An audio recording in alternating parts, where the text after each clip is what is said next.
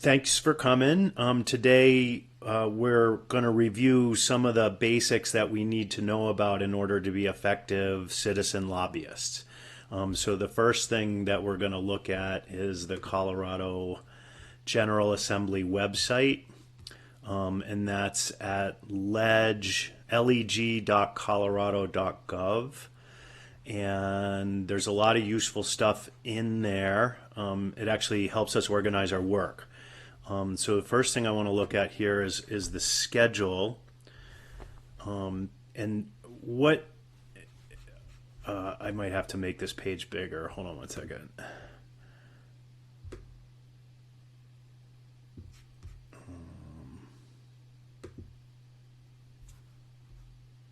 Yeah, that looks better.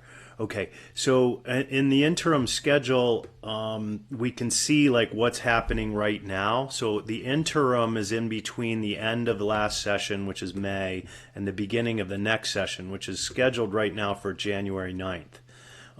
So when you go to the General Assembly page on the upper left, this will change to the word schedule after the session starts. And this is really where we need to look almost daily in order to see if there's something coming up that we should pay attention to. And what do we pay attention to? We pay attention to things that are either in our favor or not in our favor. So sometimes we're on offense and sometimes we're on defense. And remember, Medicaid behavioral health is $1 billion program. So there's a lot of people interested in it. And certainly there's a lot of money going around and getting distributed. And that impacts our working life. So we want to pay attention to it. So what do we see coming up? There's no action actually until November 10th. And the reason for that is there's an election on November 8th. And all kinds of people are working on that. So there's not much going on at the Capitol until after the election. And then after the election, they're going to decide who sits on the committees. So after we do schedule, we'll talk about the committee. So some things to notice here. There's date, there's time, there's what's the thing, then there's the location, and then there's usually an agenda kind of PDF document. And then there's a link to audio, and that can be really helpful to listen in. And we'll talk more about how to sign up when we want to give testimony. So are we interested in school finance? I am, and we have to focus, in order to be effective. So it's actually in some ways more about what we say no to rather than what we say yes to. So we're going to say no to a lot of things in order to stay focused on Medicaid, the Medicaid workforce's situation. And a lot of that does have to do with budget. Okay, so there's an oversight committee concerning tax policy. And then on the 14th, the Capital Development Committee. This is spending money to build stuff around Denver. And I'm not sure what else they do, but it is important to look at capital development because of the ARPA money. So to catch you up, the American Rescue Plan Act gave Colorado $450 million for behavioral health, and most of that money is going towards construction of new facilities, and so that's capital development. So, and then we have the regular Joint Budget Committee, and you're going to see Joint Budget Committee basically every day. For a long time. Being on the Joint Budget Committee is real taxing for the legislators that are on it. I think there are 6. I think there's 3 from the Democrats and 3 from the Republicans. And the Joint Budget Committee, of course, is the most important committee in the government of Colorado. It decides the budget, and the budget is $34 billion roughly. And the Joint Budget Committee basically approves the spending for all of the departments. There are about 24 departments. So we want to pay attention to the Joint Budget Committee, particularly when they are talking about healthcare policy and finance. And there is a series of hearings in December that are, or maybe January, called the SMART Act hearings, which are specifically about oversight, and there will be one day when the Joint Budget Committee has a SMART Act hearing for healthcare policy and finance, and we want to be there. Legislative Audit Committee is important for us because this would be the committee that decides to audit the raise. And last year they passed a measure to audit the raise, and then they took it back on September 28th, about a month ago. And we're kind of confused about that, but it sounds like Daphne Michelson-Janae was able to make the point that there's so much changing in behavioral health, specifically the Behavioral Health Administration, that maybe right now isn't the time to audit. We disagree with that, but we did not win that vote. So the schedule is going to fill up a lot. As you can see, there's other interim committees that meet.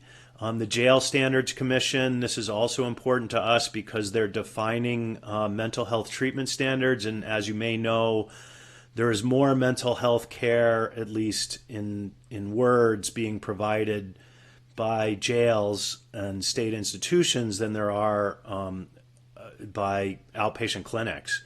So the jails have something to say about mental health, which is all sort of tragic but true. So then you see Joint Budget Committee. So the idea here is that you go to the website and you click on the schedule and you look and see if anything's coming up. Okay, so let's take a look at committees. If the screen's too small, you'll see the menu is collapsed on the right. So this is what we're going to deal with. Okay, so we got committees.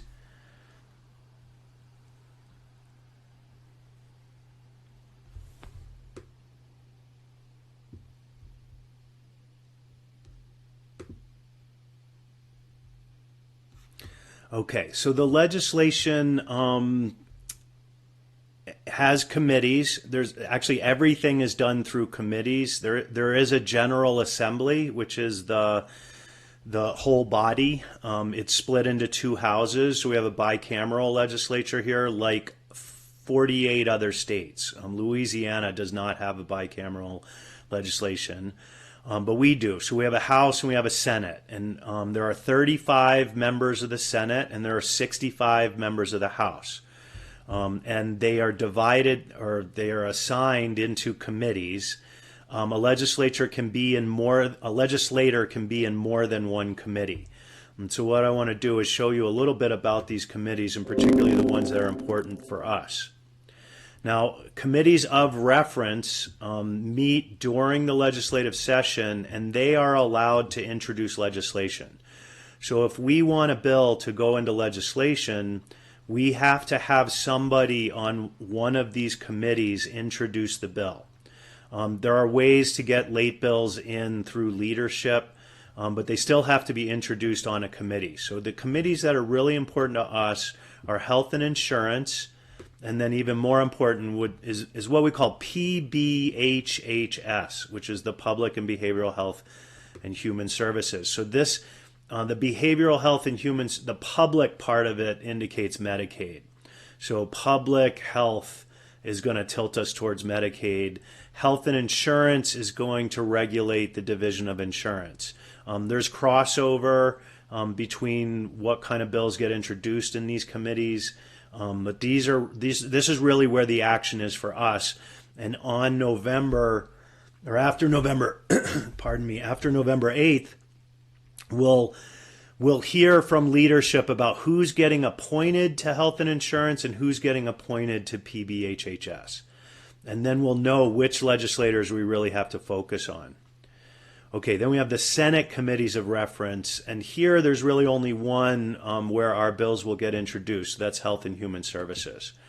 So we'll see who's on those committees after the election. Next, we have the year-round committees. I'm not sure which of the year-round committees can introduce legislation, but I know that not all of them can.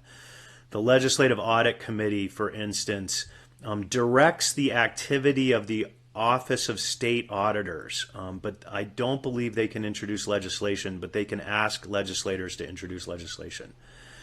You know, We don't have a whole lot of activity with these committees, so I don't know enough about them really to say if any of them would be helpful for us. The Health Insurance Exchange Oversight Committee is really focused on the Affordable Care Act plans, so they don't include Medicaid, but Medicaid has an impact on the Health Insurance Exchange because of disenrollment. So we're going to disenroll 500,000 people in 2023 if the public health emergency ends. So they'll be going to the Health Insurance Exchange for coverage. So yeah, year-round committees. Now we have these interim committees that we talked about, and legislation can create a new interim committee. Sometimes the interim committees will sunset. They'll only exist for 5 years or 10 years or something. But these generally show what kind of concerns, rise to the level of creating a study committee or an interim committee between sessions. So we talked a little about jail standards.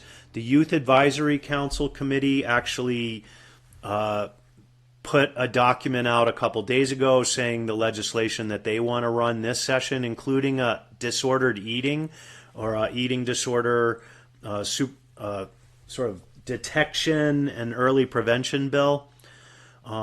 We also have school readiness.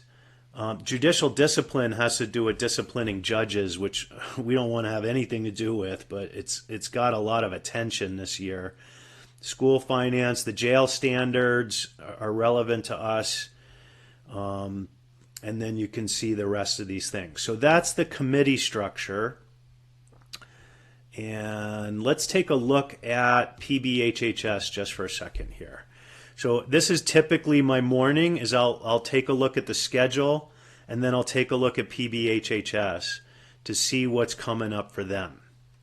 So when I click it, the first thing you can see is there's actually a way to see who was on PBHS 2 years ago and who was on it last year. So we're going to take a look at last year. And then we see some information about the committee. The meeting days are Tuesdays at 1:30 and then Friday. Upon adjournment, when you see this, that means that the House, right, this is a House committee, is the House as a whole, so all 65 of the House members meet in the morning because they have business to do, and it's typically voting on bills that have made it out of committee. So when it says upon adjournment, generally that means like about the same time, 1 o'clock or noon or maybe 2 o'clock. But more importantly is we don't know. So when it says upon adjournment, we have to be a little nimble. So if business is coming in front of the PBHHS and the schedule for it is upon adjournment, we actually don't know when they're going to meet. And that's one of the challenges organizing here. So we do see that there's a Smart Government Act hearings, and this means that they're going to hear for the administrative departments that they're responsible for. And note that the committee has legislative oversight responsibility for Department of Healthcare Policy and Finance. So that means this is the committee that we want to pay the most attention to, and that HCPF is going to present to this committee in the SMART Act hearings. So we want to be on top of that. Okay, so let's take a look at the members. What do we like about this? So first of all, this is going to change, right? After the election, we may see Daphna no longer chair, although it's a powerful position. She may want to keep it, and I'm not quite sure how the Democrats decide who's on this committee, and I'm not sure how the Republicans decide, but there's some process, and maybe we'll learn more about that this year. So who's our champion? So Judy Amabile, she is the representative for Boulder, and that's where my clinic is. And so we have a number of clinic directors that are in touch with Judy Amabile. Judy ran a lot of mental health legislation. She also has a high needs adult son who is really his experience informs her about seriously and chronically mental illness. And we have to see the spectrum of mental health care as including the serious and chronically mentally ill, but also including substance use disorder, residential treatment, and intensive outpatient, and more relevant for us is outpatient treatment. So seriously and chronically mentally ill is a small slice of the continuum of care, and a lot of these people don't know that. So they see sort of mentally ill, homeless, or some other kind of stereotype as the main problem. And what we're trying to do is educate them that the 1.5 million people on Medicaid actually need preventative care, and that outpatient treatment reduces inpatient treatment. And an ounce of prevention is worth a pound of cure. So we need to educate the legislators about the importance of outpatient. Mary Young is a champion. She worked on our prior authorization bill. So it was a huge success for Combine last session, was that there's no longer prior authorization for outpatient counseling. And Mary Young sponsored that bill. And then we've got our Eastern Colorado cattleman. So Richard Holtorf operates a feedlot, and he's a Republican. And he's also a veteran of Iraq. He had 2 tours, Afghanistan. And he told me one time that EMDR saved his family and saved his life, and he really wants to do something about mental health care. He's very concerned about rural districts. And he's also seen as sort of a porcupine. He's hard to hug. And he's made some gaffes. So he kind of stands out a little bit. And we took his support. At the time, we didn't know who else was going to support us. And we are happy to work with Republicans when they are aligned with our interests. Another important person here is Rod Pelton. His cousin, I think, or his brother is also in the General Assembly, and he has an interest in mental health care and has been working on a lot of mental health care bills for a few years. This guy, Ron Hanks, votes no on everything, so we can't really count on him. So we need to do more to build connections to the people that are going to be on the committee, and it's probably going to be most of these people again. So that's what's going on with the committee. So on this page, we've got these PBHHS documents, they call publications of interest. So just looking at this, I would think if we wanted to be educated about our approach, that we should know what the PBHHS knows. So reading their documents and understanding what they did 2 years ago, what they did last year, those could be important. And then there are links to the departments. Okay. After committees, we're going to do contacts. All right, so let's take a look at how to navigate to legislators. So I'm going to go to legislators.